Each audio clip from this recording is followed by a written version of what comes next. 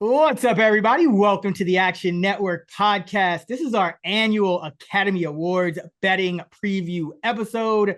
I am your host, Chris Raybon of the Action Network, and I'm here with college sports connoisseur, Oscar better connoisseur, Collin Wilson. He's at underscore Collin1 with two L's on X, formerly Twitter. Collin, what's going on?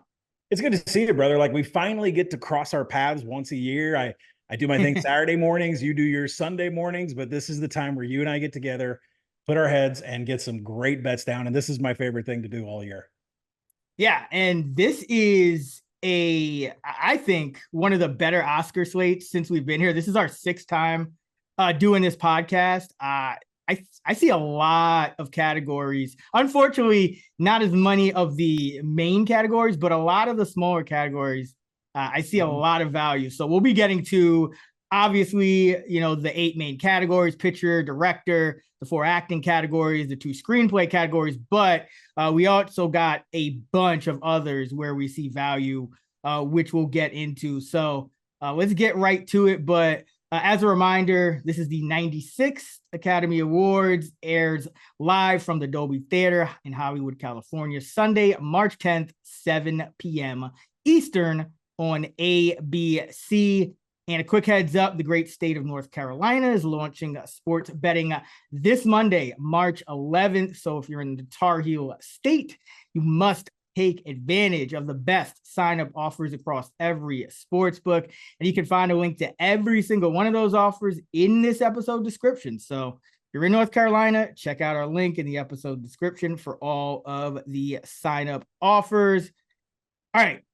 So we're going to start with picture director, Collin. And I know you kind of have some thoughts because, as I mentioned, these main categories, there are some prohibitive favorites, not a ton of long shot values in these, but you see kind of a way to get around that by parlaying some of these. So I'm going to let you talk about it. I'm just going to set up best picture first, just to tell people just how ridiculous these odds are. So as of Tuesday afternoon, Oppenheimer, a minus 5,000 favorite. The next closest one is Poor Things at plus 2,000. The Zone of Interest at plus 2,500. The Holdovers plus 2,800, and Barbie plus 3,500. You also got Killers of the Flower Moon, Anatomy of a Fall, American Fiction, Past Lives, and Maestro rounding out the 10 nominees. But Collin, talk to me about Oppenheimer here. I believe you agree that it should be the favorite, and you're just going to parlay a bunch of these short odds for Oppenheimer. Yeah, I mean, I walked out of Oppenheimer last summer, the weekend that it opened, started laying bets on Robert Downey Jr., Best Picture, everything I could that was at the time priced like 2-1, minus 110. Those numbers are gone. So in the spirit of the Barbenheimer movement of last summer, we're going to have an Oppie parlay.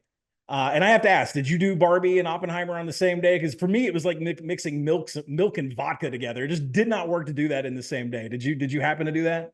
Nah, man, let me tell you about my whole adventure with Oppenheimer. So I ended up streaming it and I watched it, and I'm about, what was it, like a 3.5 hour movie? Yeah. So I'm about 245 of the way in. It's about 30 to 45 left. And I realized that I need to go back to the beginning, because like I didn't catch enough of it. I was maybe a little distracted. So I started from the beginning. So I have watched 7 hours. 7 hours of my life has been dedicated to Oppenheimer. I've watched it twice. Barbie was actually the last of the Best Picture nominees that I watched. I think I enjoyed Barbie more than Oppenheimer. I was actually surprised that, I think Oppenheimer is a deserving winner, but I'm just surprised that it's getting like absolutely no love. I guess maybe because it was comedic, but I don't know. What did you think of Barbie, real quick? The bar for Barbie for me was extremely low. I have a daughter. I took her to the movie, and 5 minutes in, I knew that this was an adult movie with adult tones and Mhm. conversations around what it's like to be a woman, what it's like to be a man, making adults laugh, catering to kids, the whole Mattel thing. I thought it was perfectly done. And I cannot get over Ryan Gosling. Like the performance that he put on. I have a I Am Knuff hoodie. The music by Billie Eilish, will get there, is perfection. The movie so over exceeded where I thought it was going to be. I'm surprised it's not getting any love in the betting market and maybe not getting any love this weekend, but it was an excellent movie. If you haven't seen it and you're just a dude, don't be scared to watch it by yourself. It's actually a really, really good movie. Yeah, that Poor Things was amazing too. Mhm. But yeah, Barbie, I just thought was so creative. I thought Margot Robbie was great. I thought just the way they kind of weaved in jokes in with deep content and a lot of subtle things going on. But yeah, it's not even in the top three in terms of the odds. So Yeah. don't think that's gonna pull off the upset here. But let's go and look at director because that's gonna kind of tie into what you're talking about with this parlay. Yeah. So Oppenheimer for director is also minus 5,000.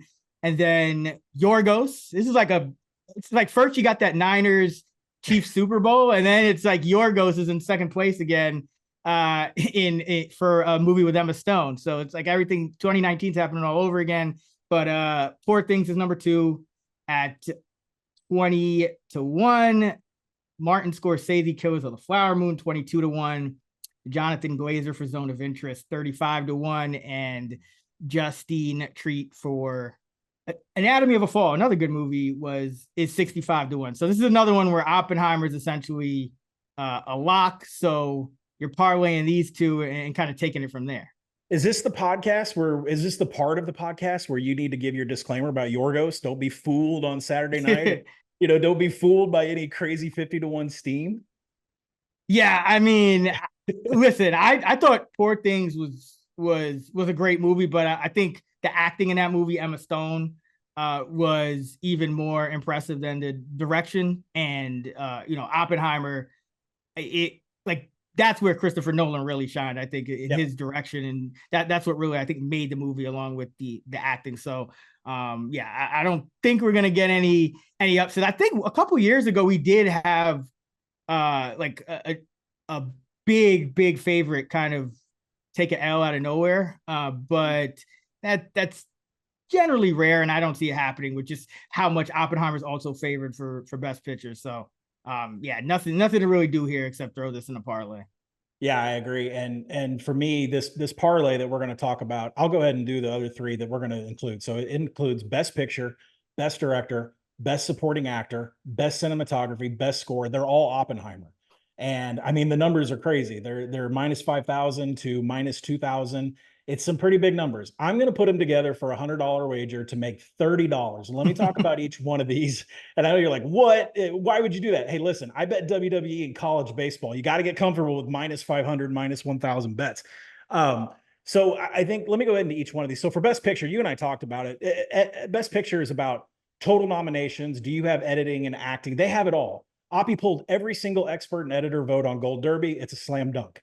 Best director, it's a direct correlation with the Directors Guild that awarded it to Christopher Nolan just a couple weeks ago. So that one in the bag. And that one that you were talking about, there's one year that the DGA did, it might have been Parasite, where they did have a best director that didn't win at the Oscars. So that was the outlier. But best supporting actor, seasoned actors have just been dominating this category. Troy Kotsur for Coda, Brad Pitt for Once Upon a Time in Hollywood, Mahershala Ali, my friend from True Detective. We filmed scenes together. He's won it twice.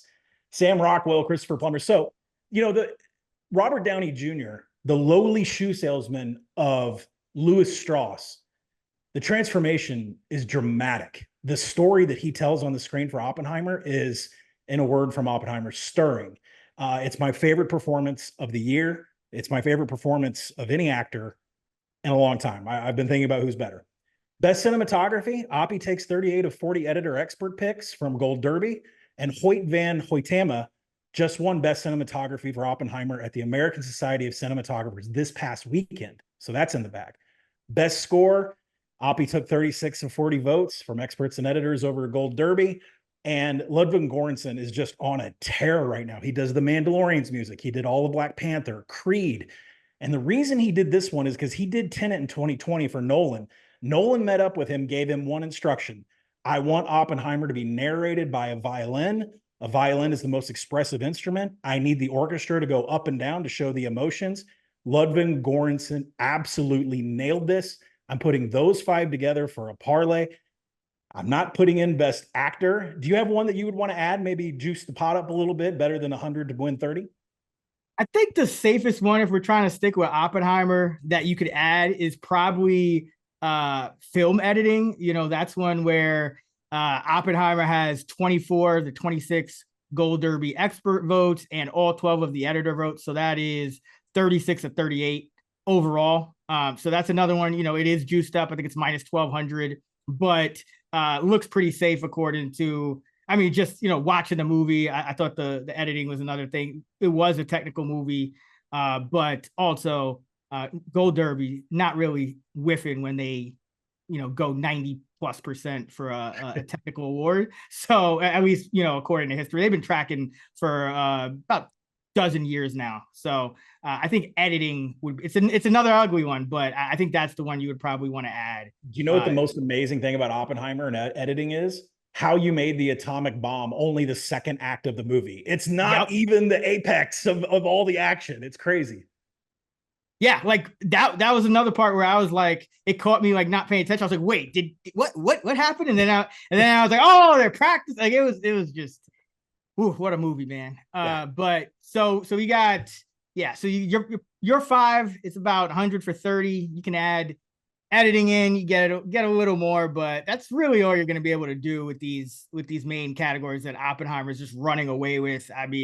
Just there's really nothing no case you can make for any of the other contenders in those categories. But I do want to talk about the best actor category, because I know you were thinking about putting Cillian Murphy, who is the front runner at minus 1,000 into that parlay, but you ended up deciding against it. Yes. And let me just tell the listeners the other nominees. You got Paul Giamatti in the holdovers. He's 5-1. Bradley Cooper, and the nose is 16-1 for Maestro. Coleman Domingo and Jeffrey Wright are long shots for Rustin and American Fiction, respectively. But I know you like Giamatti, and that's kind of the reason you didn't feel comfortable with Murphy. I do like Giamatti. Before I get into it, both you and I, Jeffrey Wright lovers. We love Jeffrey Wright. Yep. So come on back another year, because this one was tough this year. So the BAFTAs and a Best Picture nomination are generally the precursors to winning this award, but both Oppie and holdovers are up for Best Picture. Murphy took home the BAFTA, and so that is really a big one. But, Austin Butler took home the BAFTA last year, and then Brendan Fraser won with The Whale. That was a tough wager to stick with last year, because we really thought Austin Butler was the one that was going to, cash this big ticket, and The Whale held on.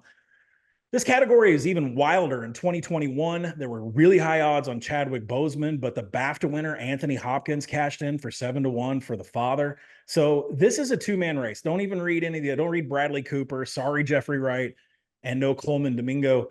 It's a 2-man race between Giamatti and Murphy. They both won the Golden Globe, separate categories. They're both generating almost a near equal amount of editors and expert picks at Gold Derby. That's what shocked me. 51% for Murphy, 48.6% for Giamatti. The true odds on this should be minus 105 for Murphy and plus 105 for Giamatti. And I was sitting there staring at this, how many, and then you go to the user votes, you go to the top 24 votes, you go everywhere, and this is not a minus 1,000 win for Murphy whatsoever. Now, he may end up winning this, but there are a number of experts and editors that actually had him 3rd and 4th and pushed Jeffrey Wright up to the top. That hurts, because remember how Oscars voting goes. You get points for where you place in the picks, right? If you're 5th, you're not going to get any points whatsoever. What is it, top 3? There's a whole system of where you place equals points. And if people are taking Murphy completely out of this and popping Jeffrey Wright up, that is an advantage for Giamatti. Now, do I think Giamatti can win? It's tough with the BAFTA going to Murphy. I think this is a lot closer.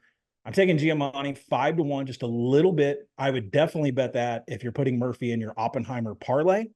But as a standalone bet, Giamatti 5-1, that has value for me all the way to 2-1. Yeah, it's, the BAFTA has predicted 10 of the last 12, but as you mentioned, last year, it did not. Fraser was nominated, did not win. So, yeah, this is not a short thing. And that kind of caught me by surprise too. I know Giamatti, he was actually a front runner at one part of the Oscar season, because the minute nominations come out, I like to look at the Gold Derby odds and kind of track them from there. And he was definitely more like 50-50 before Oppenheimer just started to run away with, not just picture, but everything else.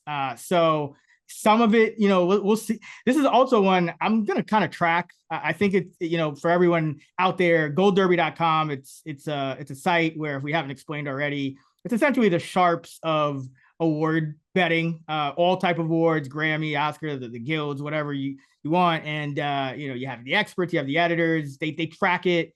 And yeah, Giamatti, he is essentially right now in second place, but a firm second place. And you like to see, if you're putting, betting on these minus 1,000 pluses, even anything over, I would say like minus 200, you want to see almost a unanimous pick by Gold Derby, and that is not what we have. So yeah, I think it's Giamatti or nothing.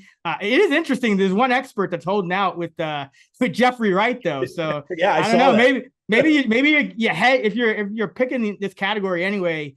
No matter who you're picking, you might as well hedge with Wright. I mean, it's essentially free almost to do it. His odds are plus 8,000 or 80-1. Hey, throw $1 or so on it. He shouldn't be last in case. Yeah, exactly. Have the worst odds. Yeah, I mean, it's a stacked category. I mean, Bradley Cooper's been trying to get that Oscar, and Coleman Domingo's great, and so it is a stacked category. But yeah, Murphy he's likely to win, but not as likely as his odds suggest. So yeah, I'm with you on Giamatti. Actress is, I mean, this one's been interesting. So we have Lily Gladstone, Killers of the Flower Moon, the favorite, at minus 225. Emma Stone for Poor Things has been dropping. She's plus 150. Sandra Huller is 35-1 for Anatomy of a Fall. Those are the three. Carey Mulligan in Maestro, and Annette Bening in Nyad are the other two, but I think it's a 3-person race, really a 2-person race, Gladstone and Stone. But I do think Huller's interesting. But talk to me about Emma Stone first, because full disclosure, I already bet Emma Stone when she was like around the same number, like plus 150. Yeah. But so I'm kind of disappointed to see her lose some steam here. I call her the best actress alive. I've been calling her that for the last like 6-7 years. But what do you think about her and Poor Things going up against Lily? I love her here. I would go back to it doesn't matter what category you're going to go into. You're going to be able to explain this mathematically. You're going to be able to explain this from an awards perspective. And you're right. This category is wild. Olivia Colman, 2018, huge upset victory. We saw Cynthia Erivo in 2019 go from 50-1 down to, I think, 16-1, but they didn't win. And Michelle Yeoh last year was not the favorite. Cate Blanchett was for Tar. So, I mean, this is the 4th straight year that the SAGs and BAFTAs have disagreed on who is going to win this award. So, underdog paradise, right? Now, Lily Gladstone is trying to set a precedence here. She's the first Native American nominated for this award. She was not nominated for the BAFTA, which was baffling to a lot of people. She cleaned up plenty of other awards at the SAG primarily. Emma Stone took home the BAFTA 2 weeks ago. She dominates in Gold Derby user votes. Stone is neck and neck with Gladstone in projected odds from experts and editors. But as a voter, are you going to go with a historical win for Lily Gladstone, and where's Killers going to get their shot in? That I don't know. That's another subject. Or are you going to give it to Stone for her second award? She's already won this for La La Land. So my case is the numbers say Stone should be about minus 110 or maybe plus 110, not 150. I would bet this to plus 120 on Emma Stone. I think that she's going to win this. Not being included in the BAFTAs for Gladstone, I think, is a a monster signal, a blaring red signal that there's an upset coming. Yeah. First of all, let me just say this. Emma Stone, if you're just like my personal opinion, which matters zero, zilch, I'm not a voter, obviously, but Emma Stone was the best actress of these five. Like she had the best performance, I think, hands down. I've already bet on her. Uh, totally with you. I think it's a lot more of a toss up between her and Gladstone. It's just, you have that recency bias, right? With the SAG coming last. And that is big because, there is such a thing as momentum sometimes with these awards and whatnot. But, Gladstone is vulnerable for, I think, a couple of reasons. And I think even Stone could be vulnerable. And that's why I want to talk about Sandra Huller. Because, again, if you're picking the upset already with Emma Stone, Sandra Huller is 35-1. You might as well throw a couple of dollars on that as well. Because despite Gladstone winning the SAG and Stone winning the BAFTA and the Critics' Choice, and they both won Globes, Huller is still getting 8% of the Gold Derby experts and 8% of the Gold Derby editors. So she's massively undervalued. And then Gladstone's screen time. That's another thing. It's not just a BAFTA snub, but the last 10 Best Actress recipients averaged an hour and 15 minutes of screen time, and they were on screen for 65% of their films on average. Gladstone, just 56 minutes, and on screen just 27% of the movie. So, that's something where it could be a subconscious bias, with these kind of things where, a lot of people liked it, but now you open it to a larger, all the voting bodies, not just the, the SAG and, the people who judge acting. And I think those biases could hurt her. And then Stone, obviously, I want her to win, but I do think she's a little bit vulnerable because Frances McDormand, who was the last kind of out of nowhere, underdog to win a couple years ago, she shamed the whole Academy. She was like, stop picking, give it to somebody new. Stop picking us who have already been awarded. Like there's so many great actresses. So I wonder if that plays into this at all with Stone already having a win. So this is Huller's obviously first nomination. I think she was better than Gladstone too, by the way. I think I would rank them Stone, Huller, Gladstone third. Yeah, right. So it's not just because Killers is a depressive movie, but like, what's the big moving moment that she had in the movie? She's the one in her family that didn't die. Like it was not a moving performance or a great technical job. I didn't feel her carry the movie at all. I wasn't a big fan of the movie. Like I feel like at this point, like these Scorsese movies, they're just so long, and he's just like, I feel like every time he makes a movie, and he's one of my favorite directors of all time, obviously, but every time he makes a movie, I like it less and less. Like I feel like he's going down. He's doing what he wants, and he deserves it. He deserves it. Did not think Killers of the Flower Moon was a great movie. That could also hurt Lily Gladstone. So, there was a time up until that SAG win, it was pretty much 50-50. Now I think now she's up to minus 225. That's mostly recency bias. So I would definitely pick her to get upset, Emma Stone, and throw a couple of dollars on Sandra Huller as well. Remember, 2021, in the last 5 years, 2021, McDormand, 2% combined Gold Derby editor and experts. 2%. That's essentially one vote. 2019, when Coleman won for The Favorite, 0% of Gold Derby editors and experts. So, Huller has actually got 8. So she's way ahead of the curve for this long shot. So I know we didn't hit with a revo, but it still happened twice in the last 5 years where somebody just comes out of nowhere that even the people who do this for a living are just did not see it coming. Right. Let me ask you a question, Chris, because timing is everything when you're purchasing in the market. It doesn't matter if it's football for you and me, or if it's the Oscars or it's wrestling, right? Do we think Huller's number will have better value the closer we get to showtime? Could it get up to 40? Could it get up to 50-1 with so much money? Because money is what's moving the odds on the boards. With money coming in on Stone and Gladstone, do you think maybe Saturday night, Sunday morning, we That's maybe the good timing for Huller. Or since you and I may be stoking a fire here, should we get it in as fast as possible on 35 to 1?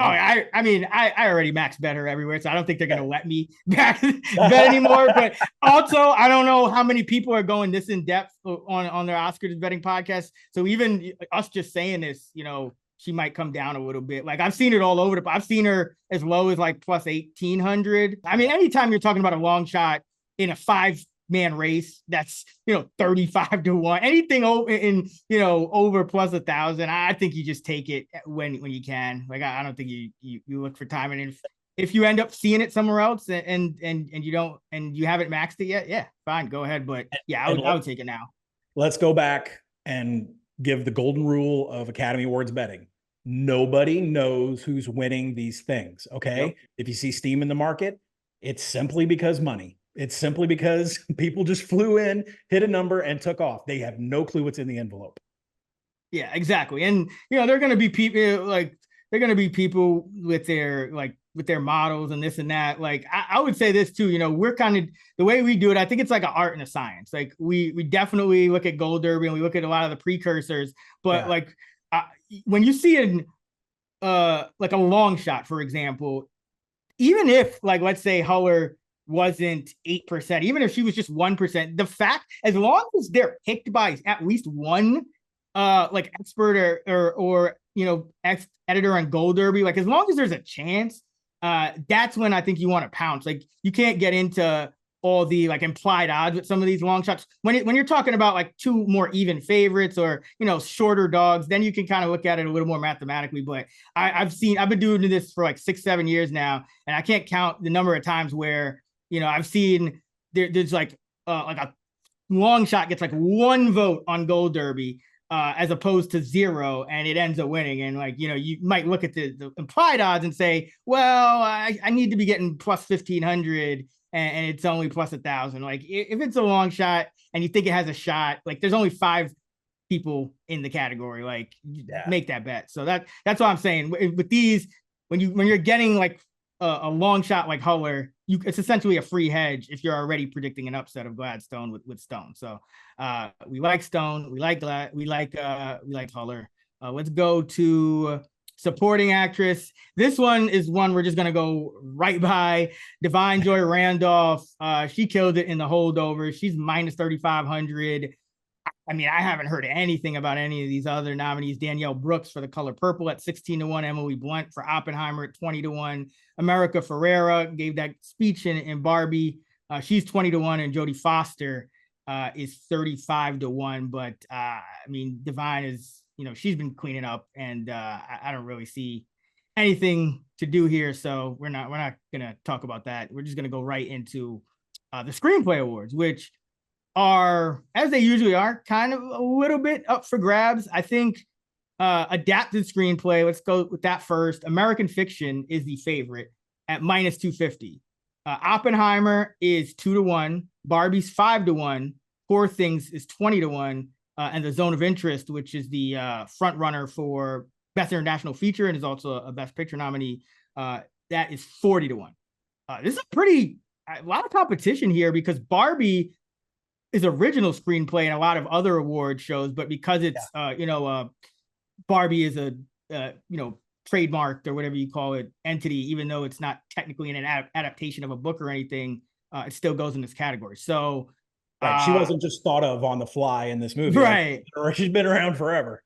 Yeah, and so I like Barbie in this one because again, I thought it was. I'll say I enjoyed it the most out of all those Best Picture nominees. Did not expect to. And American Fiction is kind of at Gold Derby a tenuous favorite, barely over 50% of the vote. Oppenheimer is getting about a quarter, and Barbie is getting the rest. So all three of them have a shot to win. Oppenheimer, I kind of leaning toward Oppenheimer until I saw Barbie, but now I definitely think one of those two is going to upset American Fiction, because although I liked American Fiction, I just think Oppenheimer, but especially Barbie, and even Poor Things, to be honest with you, it was a lot more memorable screenplay wise. So when I look at Barbie, I'm seeing American Fiction did not really beat Barbie because, again, Barbie was in original in a lot of the precursors and a lot of the other smaller award ceremonies. So American Fiction has head-to-head wins, has a lot more head-to-head wins against Oppenheimer, but not Barbie. So that's what kind of pushes me toward Barbie over Oppenheimer, and you're getting it at 5-1. So that's where I'm going with this one. I think another thing too, Chris, is the voting base over the last couple of years has increased dramatically for it. And I wouldn't say like a seasoned veteran of a voter is thinking this way, but I would picture that a lot of people voting are like, well, I haven't voted for Barbie yet. This would be a great place to take them. Now, there's no history of them being here. They haven't competed against because they were not in this category in other award ceremonies. But at some point, Barbie's going to get hers. I think it's a great number. You have a betting limit on this one? How far you'd go down to? I would go down to 2-1 on this one because I think, like, honestly, I think it's a lot closer to even between the three. Like, I think each of them is like around 33, 33, 33. So again, like with these longer shots, like I'm like, these award shows happen once a year. Like we have 12 in Gold Derby that we've tracked, but it's hard to get like and say like this is an exact limit. So I would just say, hey, 2-1 equals 33% chance. That's as low as I'd go because I think it like at the worst, it is, you know, a 1-in-3 shot. So yeah, that's where I'd go. But 5-1, so it's probably not going to move that much. So you should be good betting it up until Sunday. Like I doubt it goes anywhere lower than maybe like plus 300. I would say. I think that's probably the lowest it would go. But you do like a favorite in the original screenplay where we thought Barbie would be put in the first place, right? Right. And this is so. Listen, favorites are, you know, not something I do a ton of with these, but especially closer to the awards, a lot of times you see one that was kind of the favorite pull away in Gold Derby, and a lot more experts and editors start locking it in.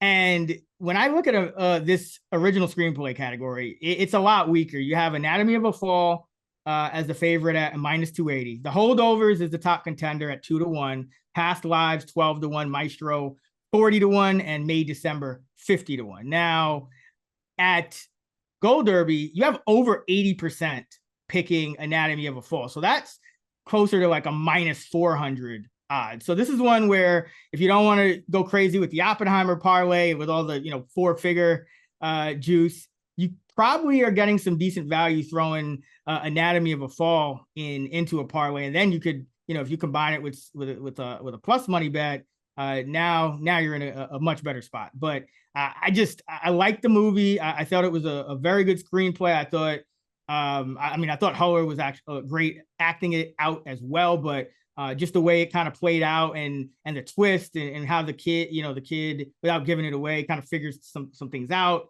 as the movie progresses. And it was a very good screenplay, and it won at the Globes. It won at the BAFTA. It beat the Holdovers and Past Lives in the latter.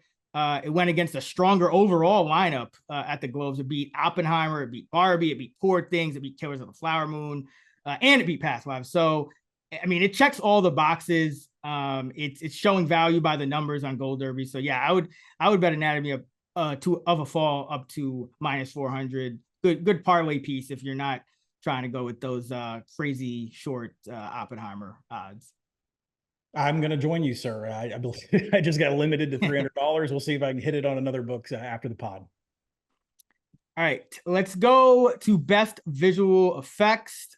Godzilla -1 is a short favorite at -125. You have The Creator at even money. You have Napoleon at 9-1, Guardians of the Galaxy Volume 3 also 9-1, and Mission Impossible Dead Reckoning Part 1 at 35-1. So this is one where, I mean, I was all over the place. I could make a case for pretty much all 5 of these. So I know you have you've kind of narrowed it down a little more. So talk to me. Yeah.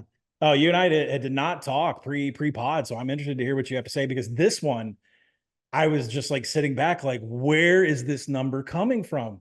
Godzilla -1, -150. Let's talk about that. So the Visual Effects Awards, the VES award show, saw the creator take 5 of the 14 categories, while Guardians won 2 of the awards. Godzilla minus one didn't just win anything at VES. They were only nominated in a single category, which was Outstanding Animated Character, where Rocket, the raccoon from Guardians of the Galaxy, beat Godzilla heads up in a fight for the award.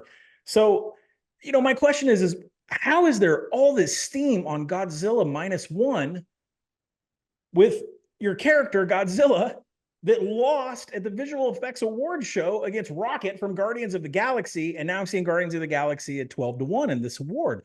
So, I really did probably longer than I should have researched on visual effects. And if you go to Gold Derby, it says the same thing. Guardians of the Galaxy, 21 of 40 editors and experts. The Creator, which I love that movie with John David Washington, 12 of 40. That was 30%. So they're getting all the votes, and Godzilla minus one isn't getting any. So, only half the winners of visual effects and photoreal feature go on from VES to win the Oscars. So with the Creator winning the award, which they did, about half of those translate to Oscar victory. So that's one thing against Godzilla minus one. After that, there's recent history of 2 straight. That's for the Creator 2. Avatar 2023 won both. 2021 Dune. But before that, it's a little hit and miss as to where, Tenet won at the Oscars, Midnight Sky won at VES, Lion King versus 1917. Did you see that, Chris? I got 1917 in the podcast. We're going to get it every year. So it's really kind of hit or miss whether the visual effects award show translates to the Oscars. But I think the basic fact that I still can't get over is Godzilla was nominated just in one category. It was for Godzilla himself, and he lost against a raccoon in Guardians of the Galaxy that had like a $250 million budget. I couldn't figure it out. And when you go to Gold Derby and you look at the experts and all of that, it doesn't even make sense. So you ask, why is this surging so much? The first Japanese film nominated for visuals, the first time ever. Godzilla, it's the first time he's ever been a part of the Academy nominated for anything. The director, and he was also over visual effects, Takashi Yamazaki. He's long been in the Japanese film industry. And, he was nominated for a whole bunch of things before this film, but now this year he's finally starting to pull in some victories in Chicago, Florida, Las Vegas, San Diego, Seattle, and the Utah Film Critics Awards. It's a very parasite feeling for me. There isn't a prior victory here for us to base this on and say, this is why they're minus 150. There isn't experts and editors saying this should be minus 150. And if you remember Parasite, this director came out of nowhere and then told us all he's going to drink a bunch of beer. And then his movie won Best Picture. And there was nothing that led up, nothing statistical or mathematical that said that should have happened. I see that same steam happening here. I'm not falling into it. I'm gonna take the Creator for a half unit bet at plus 125 because they won the VES awards. And I'm going to take Guardians of the Galaxy at 12-1 for a half unit because Rocket beat Godzilla straight up. Now, if you got some reason Godzilla minus one is steaming, I'm dying to hear it. I mean, so this category is really tough for me. I could make a case for pretty much all 5 nominees, which is why I ended up not betting it. But I was kind of scratching my head too. But the more I kind of looked into Godzilla minus one, I think the reason is because of like they essentially this movie was just a visual effects showcase. I think there was a crew of like 35 people working on it. I think a quarter of the film's budget went to VFX. I mean, it was just they essentially made this film to showcase the VFX. So it could be something where me and you and I just aren't privy to like, the technical, what these voters are kind of looking at that, maybe to a layman, it doesn't make sense. But that's the only thing I could think of because I was kind of scratching my head too. But yeah, Gold Derby, I mean, they're behind it as well. I was thinking Guardians of the Galaxy would at least get something for beating it in the VES awards, but that's been a kind of a hit or miss, like you said. And then the one thing I will say, so the Gold Derby editors have been a lot better than the experts at this award. If you just go back, the editors, when there's been an upset, the editors have had it and the experts have not. And it's like one of the few categories where there's just a massive difference between editors and experts. And the editors at Gold Derby, they have Godzilla -1, they have The Creator, and then the only other film getting votes is Napoleon. So like I don't That even movie know was what. horrible, by the way. Yeah, like I don't know. Yeah, I didn't see it. Full disclosure. So Well, no, that's let me give you the whole plot. Now, Joaquin Phoenix has sex for 8 seconds and he finishes. That's it. That's the whole movie. That's the only thing worth watching. All right. No more Napoleon talk on this pod. wow. Okay, yeah. So what are we doing? We're going with The Creator. Is that's where we're doing? Love Creator, love John David Watt. The plot of the movie was fantastic. The everything about the screenplay, everything about the cinematography being in Southeast Asia, the Creator, and definitely the robots. I almost call them Cylons because I'm a Battlestar Galactica nerd. I mean, it was beautiful. And I read what they did with Rocket and Guardians.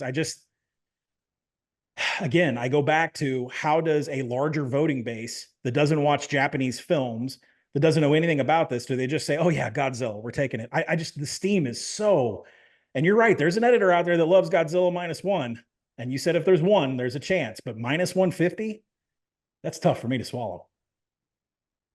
Yeah, it's I like this is like, yeah, I'm just gonna be rooting for you on The Creator because I don't know what to do with this category, but I think The Creator is probably the most likely one to upset, if you can even call it that. Yeah. Okay, let's go to another one of these visual categories. That's makeup and hairstyling. Maestro's the favorite at -175. Then Poor Things at +125. And then 3 long shots. You have Society of the Snow at 16-1, Oppenheimer 20-1, and Golda at 35-1. I like Poor Things here. Now, Gold Derby is actually split on this award. 76% of the experts like Maestro, the favorite, but 67% of the editors are picking Poor Things. And listen, I don't buy the whole nose controversy as the prosthetic nose that Cooper wore as a reason to fade Maestro. It still won multiple awards at the Makeup and Hairstyling Guild. But the Gold Derby expert top choice has been upset 3 times in the last 11 years. So, over a quarter of the time, including last year with Elvis getting upset by The Whale. And this is the 5th nomination for I don't even know how to pronounce this. Hopefully I'm not getting it wrong, but Kazu Hirahu, who he's already won twice, whereas Nadia Stacy, this is her 3rd nomination. She's still looking for her first win.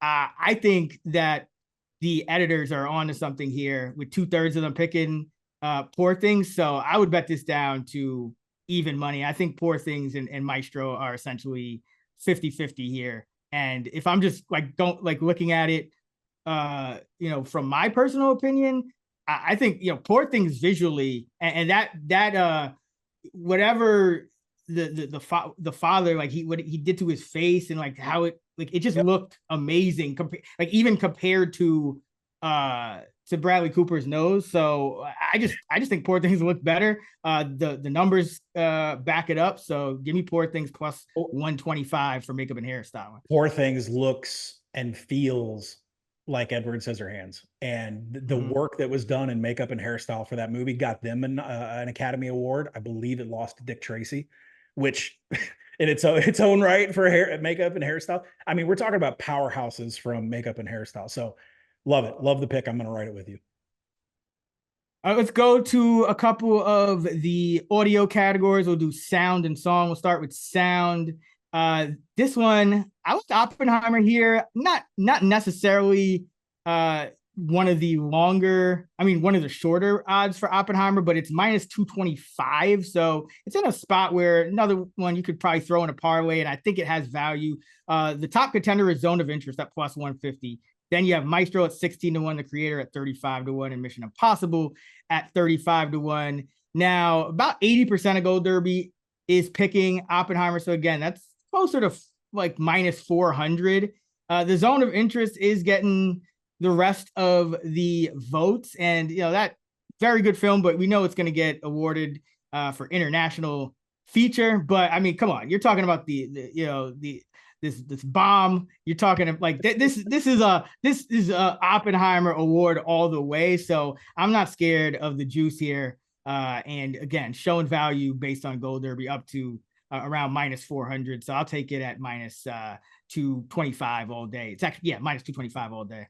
Not to get too technical, because if this was two categories a couple of years ago, if this was sound mixing, I think it'd be a slam dunk on Oppenheimer, which is really, I think, going to carry the water.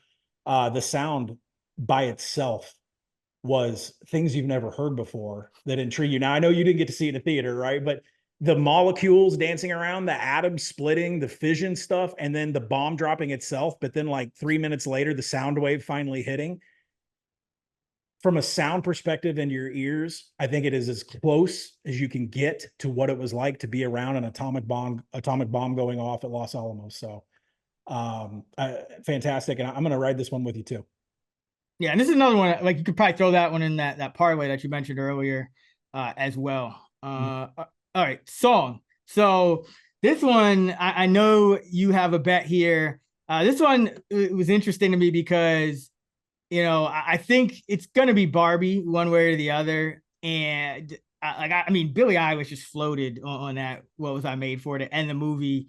But I'm Just Ken was a pretty fun song. Is that kind of what you're thinking might have a shot at an upset here? Oh, I want I'm Just Ken so bad. I mean, the lines from this song, the lyrics alone are fantastic. Ryan Gosling competing with Billie Eilish is amazing. Could you imagine what Ryan Gosling's going to feel like if he's like, I won an Academy Award over Billie Eilish for best song? No, ultimately, at the end of the day, the bet for me is going to be what was I made for? And I can make a lot of cases for it. If you go out there to Gold Derby again, 34 or 40 experts and editors, that's more than enough to say that the price should be about minus 570, which says 750 is a little high. But at the same time, Ryan Gosling's just getting 6 of 40. And that means plus 566. You're not getting that number in the market either. So there's your boundaries where you would bet it.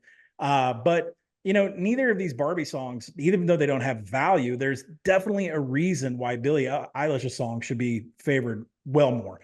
Of the 9,000 user votes on Gold Derby, American Symphony pulled 36, Flamin' Hot 14, and Wazazi from Killers of the Flower Moon pulled 8 of 9,000 people voting. All of those went to Billie Eilish and What I Was Made For. And what separates these two from a popularity standpoint, no matter what metrics you use for streaming, Billie Eilish's song dominates. Now, that isn't everything here. I mean, I love Ryan Gosling's power ballad. It's a little bit of AC/DC, a little bit of Aerosmith sounding, really great lyrics.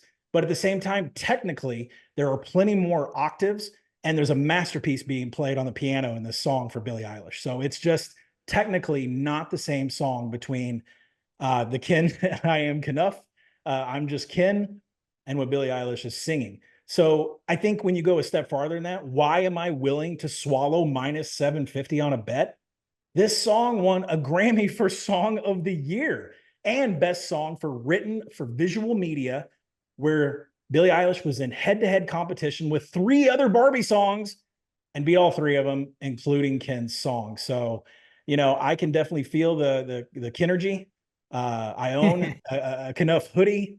I love it. I wish I could bet on it. I would have to have 6, 7, 8 to 1, and it's not going to get there because this is a crowd favorite in the betting market. And sadly, I'm just going to stick with Billie Eilish. I'm going to swallow that big number. I'm going to throw it into a few parlays. If you're winning a Grammy and you're beating your competition head to head at the Grammys, enough said. Oh yeah, I learned this betting Grammys a long time ago. Don't bet against Billie Eilish, man. Like she's one of the best artists in the world. And like, she won this for period. James Bond, right? No Time to Die. Yeah. I don't know what has she lost is the bigger question. Like I can't remember much that she's lost in recent True Detective memory. went back and dug up one of her songs from like 2016, 2017 to be their lead for season 4 here that just played on HBO. I mean, she's killing it right now, just blazing the trail. Yeah, we're not going to bet against Billie. All right. Here's live action short. This is probably my favorite bet and definitely favorite long shot. Yeah, I'd say it's my favorite bet. So the favorite is The Wonderful Story of Henry Sugar. It's a Wes Anderson film. It's pretty good. Check it out. It's only 38 minutes, so not bad. Night of Fortune 5-1. The After 12-1. Red, White, and Blue 16-1. Invincible 20-1. I'm taking Red, White, and Blue at 16-1. Ooh. Now, number one, out of all the films, like this film, I think it's like 22, 23 minutes. Watch it. It is so good. It's riveting. The twist is crazy. It's short. It's short enough you can watch it in a half hour, less than a half hour. It's great film.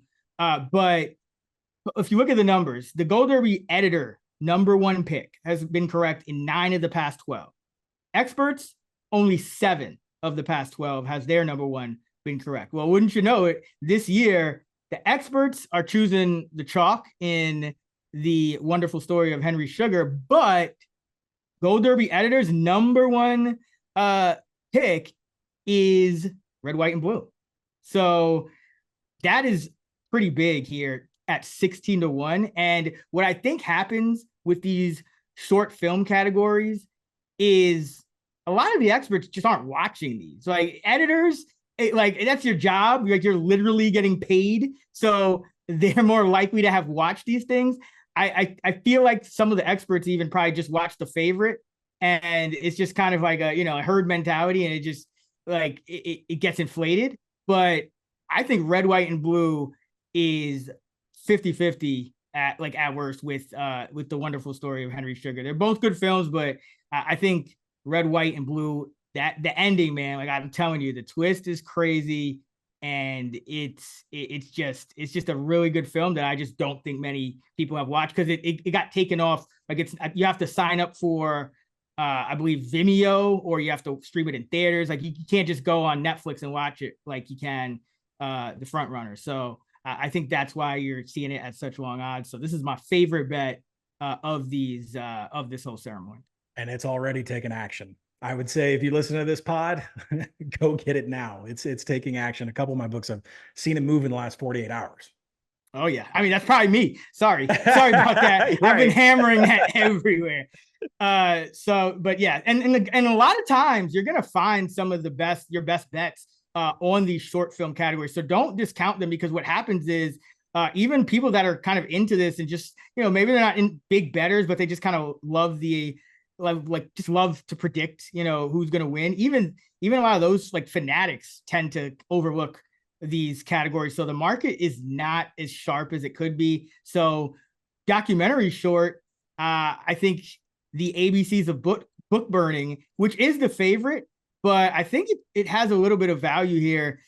Gold over about 3/4 of Gold Derby is picking it now, and it's -200. So another one to throw in a parlay, not like a crazy big bet. I got it at -150. So now it's up to -200. Don't like it as much, but I still see it with value up to about -250. But this one is one where, the ABCs of book burning has kind of been like floating around the top, and then it's been pulling away as of late with some steam. And again, that's one where, especially when I'm looking at the Gold Derby editors, who actually get paid to watch these films, when they're kind of locking, taking a stance on these short film categories late in the game, that's when I tend to pay attention. So I like the ABCs of book burning up to about -250. So some slight value there.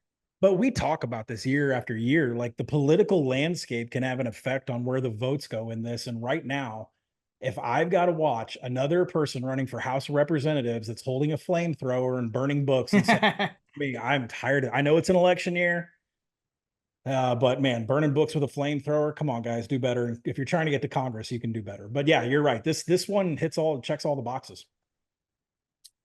And animated short, this is another one where, the favorite is The War Is Over at -120, Letter to a Pig's at +110. So it's kind of even there. 95 cents is little higher. Earlier in the season's been losing some steam. It's 7-1 now. So this War Is Over film with the music of John and Yoko, that's the one. Again, it's had some late steam from Gold Derby. And again, I don't look at late market steam, but when I see people who are actually paid to watch these things, take a stance late in the game. That's what I'm looking for. So I think the war is over, has some slight value here, just about minus 130, nothing crazy. But Letter to a Pig's been the favorite for most of the season, and it's kind of dropping off a little bit. But again, like nobody's really paying attention to these. So it's not like it's plus 110. Essentially, you're talking about 50-50 with the top two, and then everything else is just inflated. But our guy Collin Whitchurch, who also is really good Oscar better, he likes 95 senses. So maybe you throw a little hedge on that. But I think the war is over. Is a decent bet to win at minus 120. I'll book one of them. I'm not going to tell you you or Collin who I'm going to play with. So, I mean, 7-1 versus minus 120. I think I know which way you're going, but yeah, like I said, these short film categories, don't overlook them. If your book offers them, definitely do check them out, because a lot of times you find the best values on those. But I think that is going to do it for us for our 6th annual Academy Awards Action Network podcast. Let me just recap all of our bets, because we had a lot. So, Collin, you had the Oppenheimer parlay to open the show. Best picture, best director, best supporting actor, best cinematography, and best score. I think you can add editing and sound to that if you want some more Oppenheimer at a little bit longer odds there to juice up that parlay. Collin, you like Paul Giamatti for best actor, Emma Stone for best actress, VFX. Who do we go with for VFX again? We are going for the creator plus. Oh yeah, the creator. Godzilla's gonna take my money. Fine, take my goddamn money. I don't know how this thing is steaming, but yeah, we're going with the creator. And Billie Eilish, of course, for best song. I got like Emma Stone, but got Sandra Huller, long shot for actress. Barbie and Anatomy of a Fall for the screenplay categories. Poor Things for makeup and hair. Oppenheimer for sound. Red, White, and Blue, my favorite bet for live action short. ABC's A Book Burning for documentary short. And The War is Over for animated short. There's a few other categories here that we didn't touch on. That just means that we didn't see any value. A lot of times they're just inflated, like production design, for example. You have Poor Things and Barbie each at minus 120. So like, how does that make sense? Like you have two at better than 50% odds. So like you're going to be paying massive juice no matter what you do there. So that's really why, if there's a category that you're interested in that we didn't mention, that's pretty much why. Like best international film at minus 5,000, just not even worth talking about with Zone of Interest, right? Yeah, I mean, I guess you could throw that in the Oppenheimer parlay. That and Divine for supporting actress. Those are the other locks. Animated feature, I kind of want to bet it, but I really have no idea what's going to happen with Spider-Man and The Boy and the Heron. It's probably going to be Spider-Man, but it seems like it's a little shakier than most years when those kind of movies are nominated. So that's going to do it for us. Hope you guys enjoyed it. Be sure to hit up Collin on Twitter _COLLIN1. I'm at Chris Raybon, RAYBON. And you can find us at those same handles on the award-winning Action Network app if you're into sports betting. Until next Oscars, let's get this money.